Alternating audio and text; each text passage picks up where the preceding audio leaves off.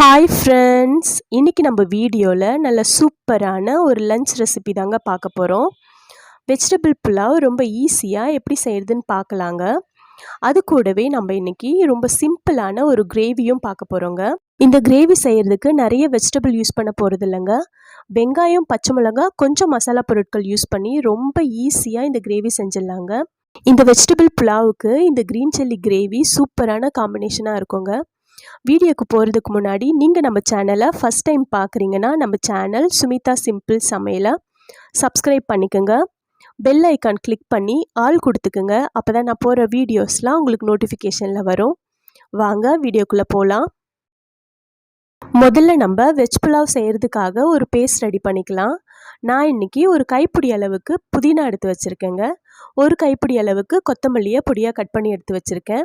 ஒரு பச்சை மிளகாவும் ஒரு 5-6 பல்லு பூண்டும் தோல் உரித்து வச்சுருக்கேங்க. 2 ஏலக்காய் எடுத்து வச்சுருக்கேன். ஒரு சின்ன துண்டு இஞ்சும் ஒரு ஸ்பூன் அளவுக்கு சோம்பும் எடுத்து வச்சுருக்கேங்க. இப்போ இது எல்லாத்தையும் ஒரு மிக்ஸி ஜாருக்கு மாற்றி பேஸ்ட்டாக அரைச்சிட்டு வந்துடலாம். நான் ஒரு பச்சை மிளகாய் தான் சேர்த்துருக்கேங்க. உங்களுக்கு காரம் எக்ஸ்ட்ரா வேணும்னா 2 பச்சை மிளகாய் கூட சேர்த்துக்குங்க. 1 இன்ச் அளவுக்கு இஞ்சியை கட் பண்ணி வச்சுருக்கேங்க, அதையும் சேர்த்துக்கலாம். 2 ஏலக்காய், ஒரு ஸ்பூன் அளவுக்கு சோம்பு சேர்த்துக்கிறேங்க. கொஞ்சமாக தண்ணி சேர்த்துட்டு நல்லா பேஸ்ட்டாக அரைச்சிட்டு வந்துடலாம். பாருங்கள், நல்லா பேஸ்ட்டாக அரைச்சிட்டு வந்தாச்சு. இப்போ இது இருக்கட்டும், நம்ம ரைஸ் செய்ய ஆரம்பிச்சிடலாம். நான் வெஜ் ரைஸ் செய்கிறதுக்காக ஒரு 4 ஸ்பூன் அளவுக்கு நெய் சேர்த்துருக்கேங்க. 1 ஸ்பூன் அளவுக்கு சீரகம் சேர்த்துக்கலாம். 2 துண்டு பட்டையும் ஒரு அன்னாசி பூவும் சேர்த்துருக்கேங்க. 2 பிரிஞ்சி இலை, கிராம்பு, ஏலக்காய் சேர்த்துக்கிறேன். 1/2 ஸ்பூன் போல் மிளகு சேர்த்துக்கிறேன். இப்போ இந்த மசாலாவை நல்லா வதக்கி விட்டுக்கலாங்க. ஒரு 10 போல் முந்திரியை உடைச்சி சேர்த்துக்கிறேங்க. முந்திரி பருப்பு லைட்டாக கலர் மாறுற வரைக்கும் வதக்கி விட்டுக்கலாங்க. அவ்வளோதாங்க. நான் இப்போது ஒரு கப் அளவுக்கு வெங்காயம் கட் பண்ணி வச்சுருக்கேங்க. அந்த வெங்காயத்தை சேர்த்துக்கலாம். வெங்காயம் நல்லா கலர் மாறணுங்க, நல்லா வதக்கி விட்டுக்குங்க. பாருங்கள், வெங்காயம் நல்லா கலர் மாறுற வரைக்கும் வதக்கியாச்சு. இப்போ நான் 2 தக்காளியை பொடியாக கட் பண்ணி வச்சுருக்கேங்க, அதையும் சேர்த்துக்கிறேன். தக்காளி லைட்டாக கலர் மாறினோடனே கட் பண்ணி வச்சுருந்த வெஜிடபிள் சேர்த்துக்கலாம். நான் இன்றைக்கி கேரட், பீன்ஸ், உருளைக்கிழங்கு, பச்சை பட்டாணி சேர்த்துருக்கேங்க. உங்களுக்கு வேணும்னா காலிஃப்ளவர், மஷ்ரூம் கூட சேர்த்துக்கலாம். வெஜிடபிள் கொஞ்சம் வதக்கி விட்டுக்கலாம். அவ்வளோதாங்க, காய் நல்லா வதக்கியாச்சு. இப்போ நான் ரைஸ்க்கு தேவையான தண்ணி சேர்த்துக்கிறேன். நான் ஒரு கப் அளவுக்கு பாஸ்மதி அரிசியை 20 நிமிஷம் முன்னாடியே ஊற வச்சுருக்கேங்க. அதுக்காக நான் 2 கப் அளவுக்கு தண்ணி சேர்த்துருக்கேன். இப்போ நம்ம அரைச்சி வச்ச பேஸ்ட்டையும் சேர்த்துக்கலாம். நல்லா மிக்ஸ் பண்ணி விட்டுக்குங்க. இப்போது ரைஸ்க்கு தேவையான உப்பு சேர்த்துக்கலாங்க. நான் 1 ஸ்பூன் அளவுக்கு கல்லுப்பு சேர்த்துருக்கேங்க. மூடி போட்டு தண்ணி நல்லா கொதிக்கட்டும், கொதிக்க வைக்கலாம். அவ்வளோதாங்க, தண்ணி நல்லா கொதிச்சிருக்கு. இப்போ நம்ம சேர்த்த வெஜிடபிள்ஸ் எல்லாம் ஓரளவுக்கு வெந்திருக்கும். இப்போ நம்ம ஊற வச்சுருந்த பாஸ்மதி அரிசியை சேர்த்துக்கலாங்க. நான் 1 கப் அளவுக்கு பாஸ்மதி அரிசியை ஒரு 1/4 மணி நேரம் முன்னாடியே ஊற வச்சுருந்தேங்க. அந்த அரிசியை சேர்த்துக்கிறேன். அரிசியை சேர்த்துட்டு ஒரு வாட்டி மிக்ஸ் பண்ணி விட்டுக்குங்க. நான் இப்போது ஒரு குடமிளகாவை கட் பண்ணி வச்சுருக்கேங்க, அதையும் சேர்த்துக்கிறேன். அரிசி சேர்த்ததுக்கப்புறம் குடமிளகாவை சேர்த்துக்குங்க. ஏன்னா குடமிளகா சீக்கிரம் வெந்துடும், அதனால் லாஸ்ட்டாக சேர்த்துக்கலாம். இப்போ ஹை ஃப்ளேமில் மூடி போட்டு 1 நிமிஷம் வேக வச்சு எடுத்துக்கலாங்க. இப்போது பாஸ்மதி அரிசி பாதி அளவு குக் ஆகிருக்குங்க. இப்போ ஒரு வாட்டி மிக்ஸ் பண்ணி விட்டுக்குங்க. இப்போ நான் ஒரு கைப்பிடி அளவுக்கு புதினா தலை சேர்த்துக்கிறேங்க.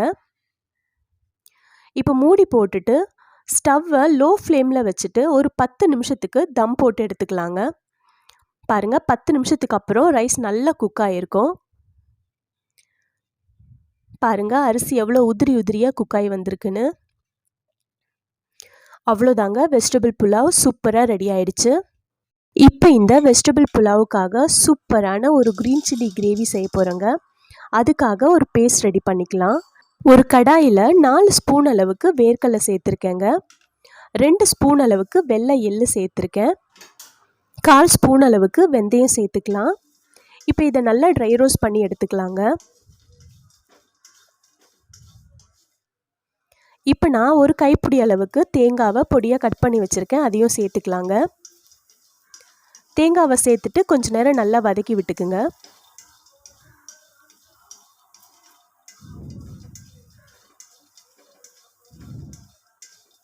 அவ்வளோதாங்க, நல்லா வதங்கியாச்சு. இப்போ நம்ம ஸ்டவ் ஆஃப் பண்ணிவிட்டு இப்போ இந்த தேங்காய், வேர்க்கடலை, எள்ளு எல்லாம் நல்லா ஆறுனதுக்கப்புறம் ஒரு மிக்ஸி ஜாருக்கு மாற்றிக்கலாங்க. இதில் நான் 4 பல்லு பூண்டு தோல் உரித்து சேர்த்துக்கிறேங்க. அது கூடவே ஒரு சின்ன துண்டளவு இஞ்சியும் தோல் உரித்து சேர்த்துக்கிறேன். கொஞ்சமாக தண்ணி சேர்த்து நல்லா பேஸ்ட்டாக அரைச்சி வச்சுக்கலாங்க. இப்போ நான் க்ரீன் சில்லி கிரேவி ரெடி பண்ணிக்கிறேன். ஒரு பேனில் ஒரு 5 ஸ்பூன் அளவுக்கு ரீஃபண்ட் ஆயில் சேர்த்துருக்கேங்க.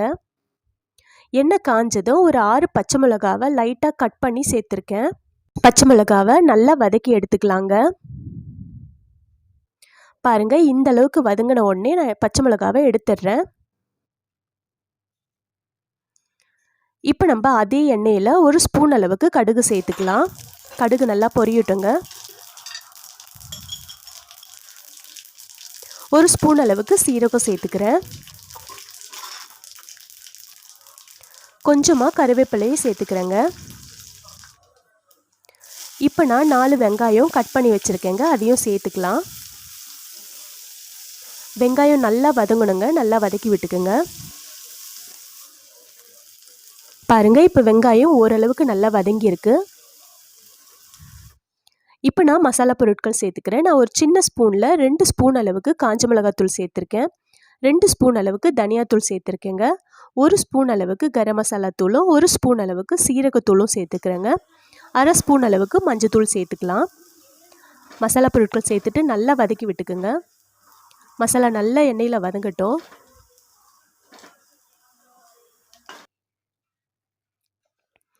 இப்போ நம்ம அரைச்சி வச்ச பேஸ்ட்டை சேர்த்துக்கலாம்.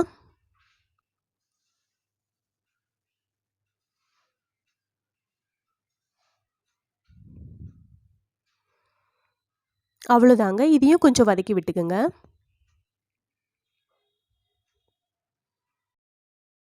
இப்போ நான் ஒரு சின்ன நெல்லிக்காய் சைஸ் அளவு உள்ள புளியை தண்ணியில் கரைச்சி வச்சுருக்கேங்க. அந்த புளி தண்ணியை சேர்த்துக்கலாம்.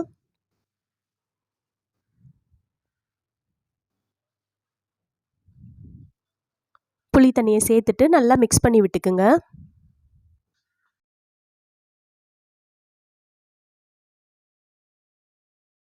இப்போ கிரேவிக்கு தேவையான தண்ணியை சேர்த்துக்கலாங்க.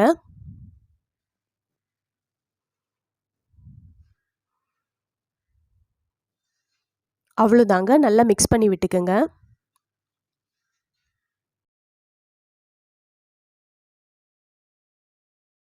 இப்போ நான் ஒரு ஸ்பூன் அளவுக்கு கல்லுப்பு சேர்த்துக்கிறேங்க.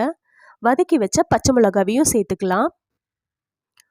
நல்லா மிக்ஸ் பண்ணி விட்டுக்குங்க. இப்போ நான் கொஞ்சமாக கொத்தமல்லியை கட் பண்ணி சேர்த்துக்கிறேங்க. ஒரு ஸ்பூன் அளவுக்கு வெல்லம் சேர்த்துக்கிறேங்க. அவ்வளோதாங்க, ஒரு வாட்டி மிக்ஸ் பண்ணி விட்டுக்குங்க.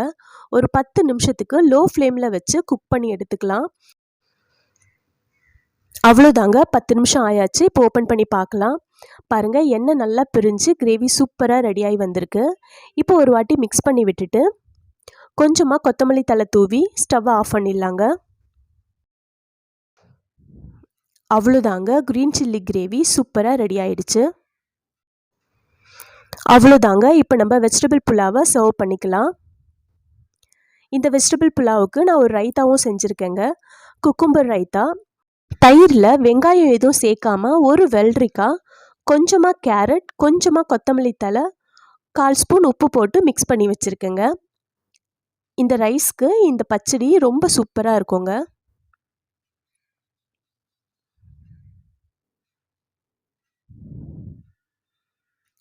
நம்ம ரெடி பண்ண பச்சை மிளகாய் கிரேவியும் சேர்த்துக்கிறேன்.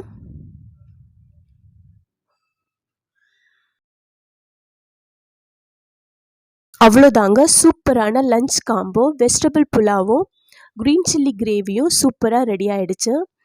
இந்த கிரேவியும் இந்த வெஜிடபிள் புலாவும் ரொம்ப டேஸ்ட்டாக இருக்குங்க. இந்த ரெசிப்பியை நீங்கள் லஞ்ச் பாக்ஸ்க்கும் பேக் பண்ணி கொடுக்கலாங்க. ரொம்ப சூப்பராக இருக்கும். இந்த வெஜிடபிள் புலாவும் க்ரீன் சில்லி கிரேவியையும் நீங்களும் வீட்டில் ட்ரை பண்ணி பாருங்கள். செஞ்சு பார்த்துட்டு எப்படி இருந்ததுன்னு கமெண்டில் சொல்லுங்கள். இந்த வீடியோ உங்களுக்கு பிடிச்சிருக்கும்னு நம்புகிறேன். மறக்காமல் நம்ம சேனல் சுமிதா சிம்பிள் சமையலை சப்ஸ்கிரைப் பண்ணிக்கோங்க.